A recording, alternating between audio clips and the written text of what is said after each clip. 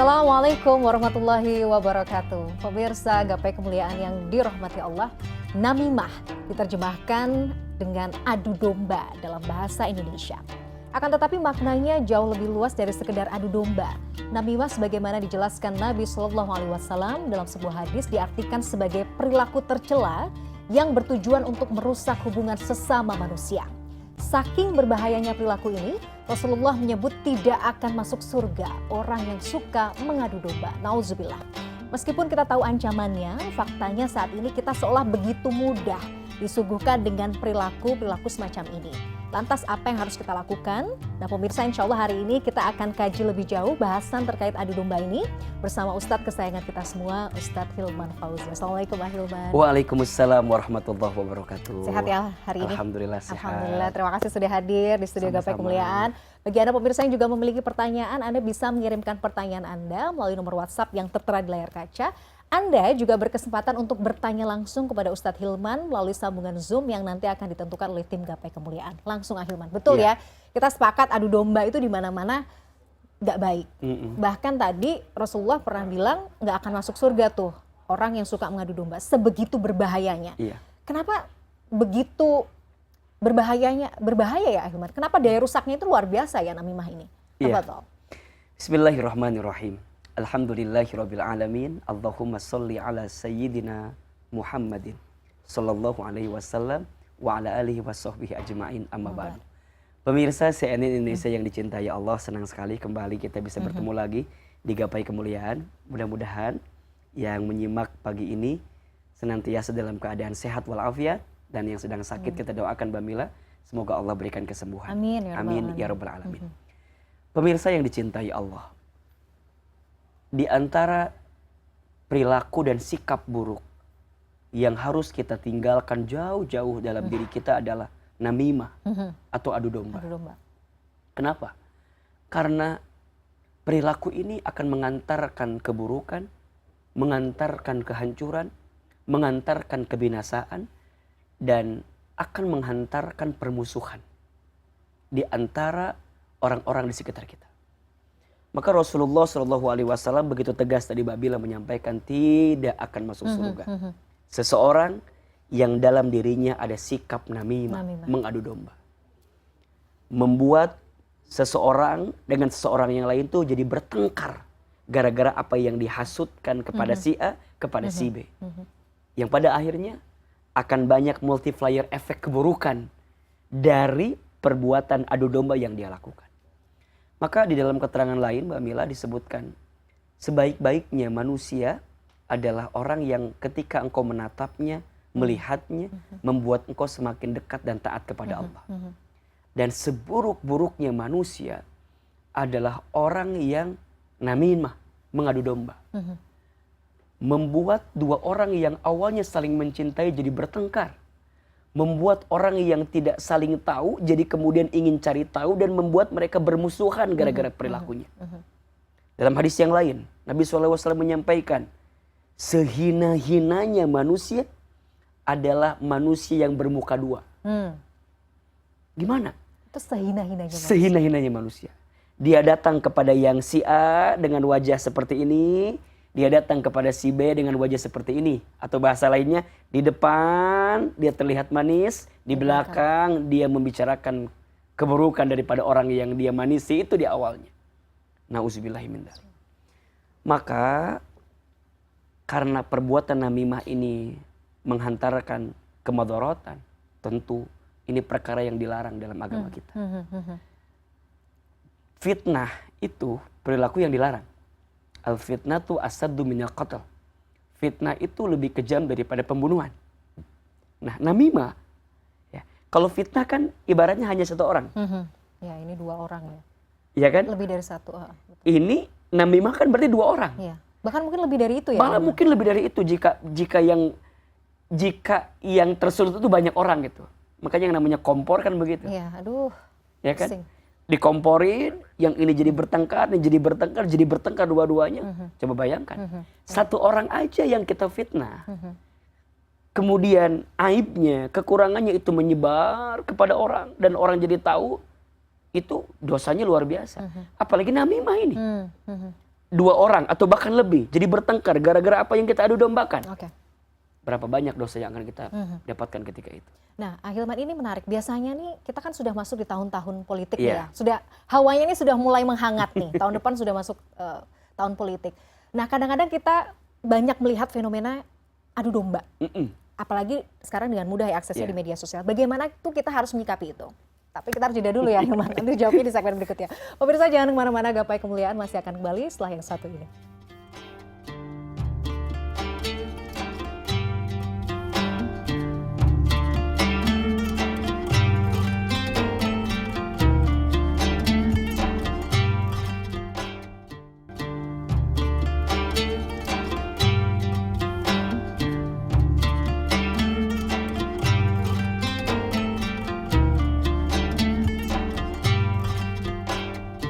Pemirsa, terima kasih Anda masih menyaksikan Gapai Kemuliaan dalam episode Hati-Hati Adu Domba. Kita lanjutkan, Ahilman. Ini tahun-tahun politik biasanya kita banyak nanti berseliweran di media sosial atau media yang lain. Itu orang saling mendukung satu sama lain ya, kandidat. Tapi di sisi lain juga menjelekan. Bahkan ada yang mengadu domba. Iya kan? Nah, kadang-kadang tuh yang menjadi korban adalah orang-orang yang awam. Sampai akhirnya mungkin membenci ini, ikutan-ikutan jadi benci gitu. Nah, bagaimana ya kita harus membentengi kita dari fenomena-fenomena semacam ini? Iya, repot juga sih kadang-kadang. kalau kita bicara tentang perbedaan itu kan sunatullah ya. Berbeda itu boleh, bertengkar jangan. Berbeda boleh, berantem jangan. Berbeda boleh, marah jangan. Berbeda itu fitrah, bersatu itu perintah. Jadi selama perbedaan itu tidak mengantarkan kepada perpecahan, ketika perbedaan itu tidak mengantar pada permusuhan, menurut saya sah-sah saja. Dan yang jadi masalah, ketika ada perbedaan itu disulut dengan perilaku namimah, fitnah, adu domba, sehingga jadi sumbu-sumbu yang mengantarkan pertengkaran dan perpecahan, ini yang gak boleh. Maka mohon maaf, orang yang menghalalkan segala cara, bahkan membuat banyak orang jadi bertengkar karena perbuatannya, maka orang ini harus bertobat kepada Allah dengan taubat yang sesungguh-sungguhnya. Iya, dengan cara mohon maaf kan sekarang ada istilahnya black campaign ya, menjatuhkan lawan politik. Ini buzzer-buzzer politik harus hati-hati ya. Menyampaikan sesuatu yang tidak sesuai dengan apa yang kemudian disampaikannya gitu. Tujuannya menjatuhkan ya. Ya, apalagi kalau kemudian kita menyampaikan berita kepada satu pihak tentang pihak lain. Padahal pihak lain tuh nggak begitu gitu, tapi dikompoli oleh orang-orang yang memang ada di situ gitu, Mbak Mila, sehingga dua pihak ini pada akhirnya jadi bertengkar gitu. Nauzubillahi min dzalik. Maka ini juga pelajaran bagi kita masyarakat untuk tidak terlalu untuk tidak terlalu tenggelam gitu dalam euforia berlebihan sehingga menjatuhkan satu sama lain yang pada akhirnya tidak mengantarkan kebaikan. Dan membekas itu.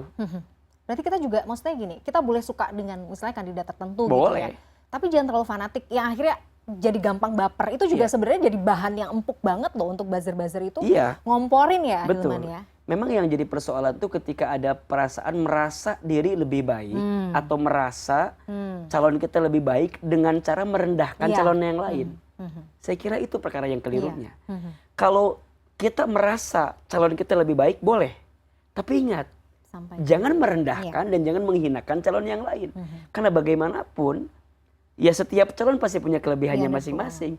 Fokus saja dengan apa yang menurut kita baik pada pilihan kita dengan tanpa merendahkan orang lain. Makanya saya sering menyampaikan kalimat ini. Jadilah mulia dengan tanpa merendahkan orang lain. Jadilah besar dengan tanpa mengecilkan orang lain. Dan jadilah bahagia dengan tanpa menyakiti hati orang lain. Betul. Nah, perilaku namimah ini kan sebenarnya ada di posisi tengah-tengah sebenarnya kan. Jadi dia ingin menjatuhkan satu sama lain, menjadi kompor di antara keduanya sehingga bertengkar gitu. Makanya kita juga istilahnya jangan kuping tipis ya. Iya, betul. Jangan dikit-dikit. Kesabarannya jangan setipis tisu ya. Udah gitu tambah tisunya basah lagi. Jangan gitu, betul. Jangan-jangan ya jangan dikit-dikit ada kompor langsung masa sih? Jangan kemudian ya udah coba mencerna dulu. Tabayun kalau dalam bahasa agama kita kan. Dikonfirmasi Check and recheck, konfirmasi dulu benar atau tidak gitu. Karena Ya ketika engkau mendapatkan kabar berita dari orang fasik, fatabayyanu, maka tabayun dulu gitu. Dan memang sekarang kan arus informasi luar biasa. Kadang nggak bisa dibendung. Sosial media juga nggak bisa dibendung. Pada akhirnya ya udah, tinggal bagaimana kitanya. Maka kita tidak akan bisa menenangkan badai. Yang bisa kita tenangkan adalah diri kita kan. Betul. Iya kan? Jadi kita tuh juga harus jadi audiens yang bijak juga ya. Iya benar. Netizen yang baik. Netizen yang baik gitu. Jangan apa-apa gampang kesulut. Betul. Nah, itu. Makanya ada istilah saring sebelum sharing. Betul, setuju. Nah, ini kayaknya perlu deh. Mental-mental semacam ini harus kita pupuk ya. Betul. Dan ya kita kan nggak pernah tahu. Pernah Ahilman sampaikan, kalau kita mendapatkan kabar berita tentang sesuatu atau tentang seseorang, pastikan 3 hal kita pastikan. Yang pertama kebenarannya, yang kedua kebermanfaatannya, yang ketiga kemadorotannya. Kira-kira kalau saya share ini benar nggak nih? Apalagi terkait dengan urusan orang lain. Iya, betul. Apalagi terkait aib seseorang. Panjang nanti urusannya ya. Jika nggak benar kan jadi fitnah. Betul. Ya. Jika benar pun jadi gibah. Jadi kalau bicara aib orang tuh, kalau benar jadi fitnah. Kalau salah jadi fitnah, kalau benar jadi gibah. Jadi dua-duanya nggak ada kebaikan. Kalau bicara aib. Yang kedua, cek juga kebermanfaatannya. Ini kalau saya share bermanfaat nggak? Yang ketiga, kemadorotannya. Kira-kira ada yang tersakiti nggak dengan apa yang saya share ini? Makanya saring sebelum sharing. Hati-hati betul. Hati-hati. Nah apalagi ya kita tahu kan, ada warna-warna yang kemudian memang udah kebiasaannya begitu kan. Ya harus hati-hati lah. Maka jangan mudah percaya, jangan mudah terprovokasi. Apalagi di tahun-tahun politik saat ini, belajar melembutkan hati, lebih adem, lebih lembut. Mau seperti apapun kan, ini semua tuh saudara kita gitu ya. Betul. Apa sih yang direbetin? Betul. Kadang-kadang tahun politik juga sebentar, habis itu kita juga saudaraan lagi kan. Betul. Pada akhirnya jadi harus bijak. Betul. Ahilman ini menarik tadi, Ahilman bilang bahwa kalau bicara namimah atau adu domba, erat kaitannya juga dengan bermuka dua.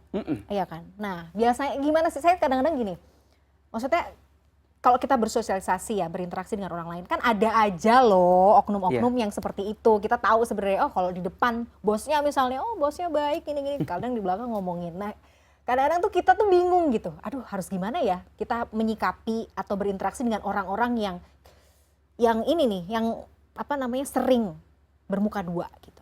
Supaya kita juga jadinya nggak kena vibes-nya gitu. Nggak terpengaruh. Ya, saya kira 2 hal aja sikap kita. Pertama, sadar diri. 2, tahu diri kan gitu. Ya sadar diri, sadar bahwa orang tersebut memang demikian adanya. Maka berhati-hati. Nah harus hati-hati ya. Kenal boleh, dekat nggak usah lah. Nanti repot kalau kena juga. Makanya ada istilah, maafin oke, tapi melupakan enggak. Ya nggak apa-apa. Kenal ya wajar, karena kan teman kita. Teman gitu misalnya. Tapi untuk dekat, rasanya untuk bisa menjaga jarak nggak usah gitu. Makanya ketika Allah memerintahkan perintah memaafkan, ya di surat Al-A'raf ayat 199, Allah tuh menyampaikan khudil afwa, jadilah engkau pemaaf, wa'mur bil urfi, dan lakukanlah kebaikan, wa'arid anil jahilin, dan berlepas dirilah dari orang-orang bodoh gitu. Maksudnya apa? Kalau udah tahu dia tuh muka dua, udah tahu dia tuh suka nyakitin kita, udah tahu dia tuh suka zolimin kita, ya udah tuh. Tinggalin aja lah. Cukup sadar diri bahwa memang orang tuh seperti itu. Dan yang kedua ya tahu diri gitu. Bahwa kan orang tuh kalau bermuka dua di depan kita, tanda muka dia nggak punya kan. Kan di mana-mana karena nyari muka terus kan gitu. Ya udah, jadi pelajaran buat kita untuk kemudian nggak bagus ya bermuka dua itu. Itu tuh jadinya penyakit nggak sih Ahilman? Penyakit dong. Dan itu penyakit yang kemudian disukai oleh yang melakukannya, tapi dibenci oleh orang yang melihat kelakuannya. Iya, betul. Iya kan? Di depan kita manis. Aduh, manisnya. Di belakang gitu kita, luar biasa. Dan nyesek loh kalau kita tahu bahwa semanis gula itukah dia di depan kita, tapi sepahit itukah dia di belakang kita. Nah, makanya kalau dipuji jangan terlalu bahagia, kalau dicaci jangan terlalu baper kan gitu. Dipuji tidak terbang, dicaci tidak tumbang. Tidak silau dengan pujian, tidak galau dengan cacian. Karena kadang-kadang ada orang yang bermuka dua seperti itu. Iya, nah makanya maksudnya kita juga harus waspada ya. Harus waspada. Kalau kita jadi korban mereka-mereka yang cari muka. Atau mereka yang ngadu domba deh akhirnya. Boleh marah nggak? Enggak. Boleh konfrontasi nggak? Ya, kalau kita marah, apa bedanya dengan dia kan? Iya, sama-sama kompor. Sama berarti ya. kompor. Makanya Oke. kalau kita dizolimi sama orang, artinya kalau kita disakiti sama orang, boleh nggak kita membalas? Boleh dong. Boleh, boleh. Tapi Tapi- dengan catatan, balasan yang kamu berikan itu sama dengan apa yang dia lakukan. Itu nggak tahu tuh sama atau enggaknya kan. Bisa Pertanyaannya, jadi apakah bisa kita mengukurnya? Sulit. Nggak bisa. Biasanya orang kalau udah disakiti, maunya nafsu mengarahkan balasannya pasti lebih besar daripada cara dia menyakiti kita. tapi sakitnya tuh di sini, Iya, Gimana dong ya kan? makanya perintahnya gitu. fa'fu anhum, maafkan mereka. Maka saya seringkali menyampaikan, jika dirimu diperlakukan gak baik sama orang, 3 aja. Maafkan, doakan, ikhlaskan. Waduh, doakan. Bukan doa yang buruk-buruk ya. Maafkan, ya maafin aja bahwa dia memang salah. Tapi bukan melupakan ya. Jadi nggak apa-apa kalau kita nggak lupa, nggak apa-apa. Tapi untuk maafin harus. Iya, iya. Nah yang kedua, gimana cara melembutkan hatinya? Ya doa. Doa sama Allah. Ya doanya adalah, ya Allah, sabarkan saya, kuatkan saya, tegarkan hati saya. Kalaupun kamu membalas sama orang itu, ya balas dengan balasan yang terbaik menurutmu, ya Allah. Makanya Iya sih. orang yang maafin jangan merasa bahwa enak banget ya orang itu, aku maafin jadi nggak punya salah lagi. Kata siapa? Kalau dia nggak bertobat ke Allah, tetap Jalan terus itu. jalan terus semua Iya, kesalahan dia itu di hadapan Allah. Maka jangan pernah merasa ketika kita memaafkan orang kemudian clear gitu, enggak. Terus dia enak-enak aja gitu, Terus- hidupnya tenang-tenang aja Enggak, gitu. enggak begitu. Enggak gitu ya. Jadi Allah sebaik-baiknya pemberi balasan. Dan Betul, kita tahu betul. cara Allah membalas hambanya itu kan dengan cara yang terbaik. betul, betul. Nah, yang ketiga, ya udah ikhlaskan. Maksudnya apa? Tunggulah ada kabar berita terbaik dari setiap kejadian yang pernah kamu dapatkan selama ini. Pernah diadu domba, pernah difitnah, pernah disakiti, pernah dizolimi. Dan selama di dunia gitu kita tuh menghadapinya dengan penuh kearifan gitu. Maka tunggu saatnya Allah akan membalas dengan segala banyak kebaikan. Bahkan nanti di akhirat. Masya Allah. Makanya Mbak Mila, ada seseorang yang ketika nanti menuju surganya Allah Subhanahu wa taala, dia terkaget-kaget lagi karena dia mendapatkan surga yang luar biasa. Dia bertanya, ya Rob, amalan apa ini? Salatku biasa aja, sedekahku biasa aja, baca Quranku biasa aja. Tapi mengapa ya Allah, aku mendapatkan surga yang kelasnya VVIP kalau bahasa kita? Apa jawaban Allah? Ini semua karena kesabaranmu selama di dunia. Engkau difitnah, engkau dicaci maki, engkau dizolimi, engkau diadu domba. Tapi engkau sabar dengan itu semua. Maka aku akan balas semua kebaikanmu di dunia dengan surganya ini. Masya Allah. Sabar tuh tapi bukan berarti diam ya. Bukan, itu Iya, pasrah Itu namanya. pasrah. Jadi kayak ya Sabar udahlah, itu kan gitu. menahan diri untuk Untuk tidak tidak melakukan melakukan. sesuatu yang dibenci oleh Allah. Kuncinya itu ya. Jadi Gitu. tidak membalas kemudian bukan berarti terus kita ya udah Pasrah, deh gitu iya. ya. Aku mah apa tuh gitu cuma debu-debu.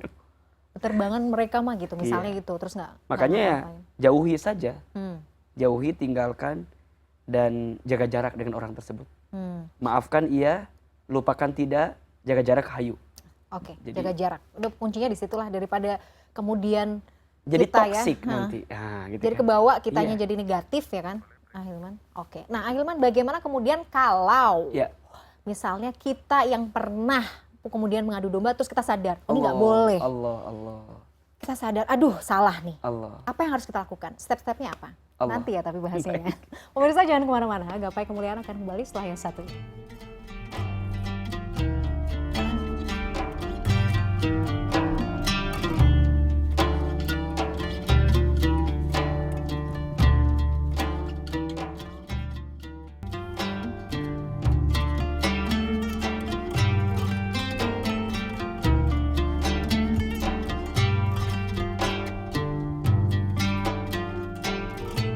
Pemirsa, terima kasih Anda masih menyaksikan Gapai Kemuliaan dalam episode Hati-Hati Adu Domba. Nah, Hilman, case-nya begitu. Misalnya kita mungkin pernah hilaf, pernah mengadu domba mungkin teman kita, saudara kita. Akhirnya kita Ya. sadar. Mungkin step yang perlu dilakukannya apa? Oke. Sebelum ke sana, Ahilman ingatkan kembali tentang 5 tingkat kesalahan manusia. Oke, 5 tingkat kesalahan manusia. 1, aib. Aib, 2, maksiat. 3, dosa. 4, durhaka. 5, zolim. Wah, ini udah levelnya udah kelima Oke. nih. Takut. Aib tutupi, maksiat tinggalkan, dosa taubati, durhaka perbaiki, zolim tinggalkan, taubati, perbaiki. Tuh, 3. derajat. Nah, kira-kira namimah masuk kategori mana? Itu Zolim. berat, zolim soalnya. Maka langkahnya adalah taubat sama Allah. Bertaubat sungguh-sungguh. Ada 3 caranya. 1, menyesal.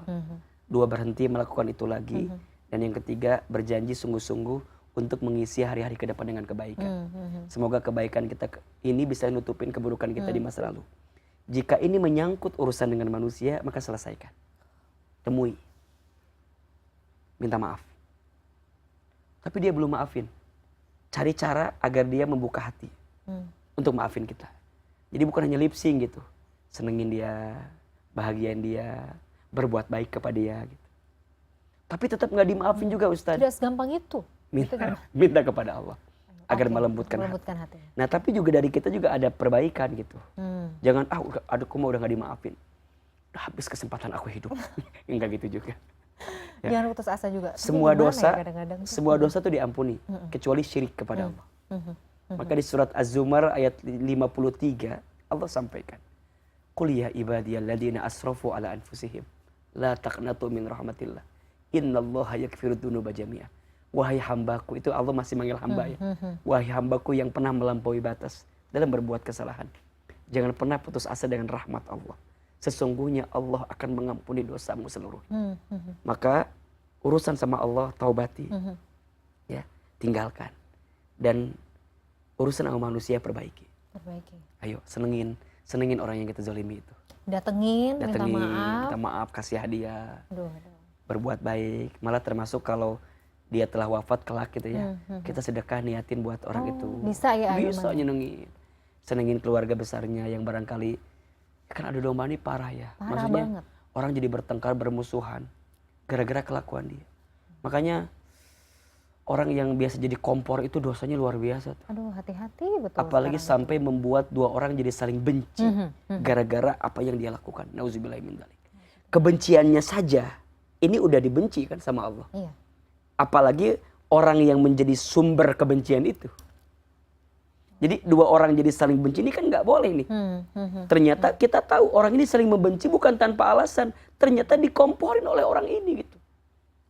Mereka aja saling benci nggak boleh, apalagi ini yang ngomporin. Ini kalau nggak tobat, nggak memperbaiki kondisi seperti ini, bangkrut. Bahayanya gimana nanti di akhirat? Bangkrut. Disebut dengan muflis. Orang yang apa bangkrut. Itu muflis? Orang bangkrut. Semua amal kebaikannya itu dialihkan kepada orang yang dia zolimi. Dan yang paling parah Bamila, kalau amal pahala kebaikannya habis, maka dosa orang yang dizolimi ditanggung oleh dia. Selesai. Terus gimana? Bertobatlah sama Allah. Perbaiki diri. Perbaiki dengan orang tersebut. Dan jangan pernah putus asa dengan rahmat Allah Subhanahu. Makanya sungguh-sungguh kalau udah tahu salah jangan diulangi lagi. Jangan tenggelam lagi. Dan kita tuh memang penting ya Ahilman, saya rasa juga untuk memilih juga kita itu bergaul dengan siapa. Penting. Iya nggak sih? Sangat penting. Kadang-kadang tuh mungkin kitanya enggak karena teman-teman kita itu tadi ya senangnya ngomongin orang, betul, mungkin ngompor-ngomporin.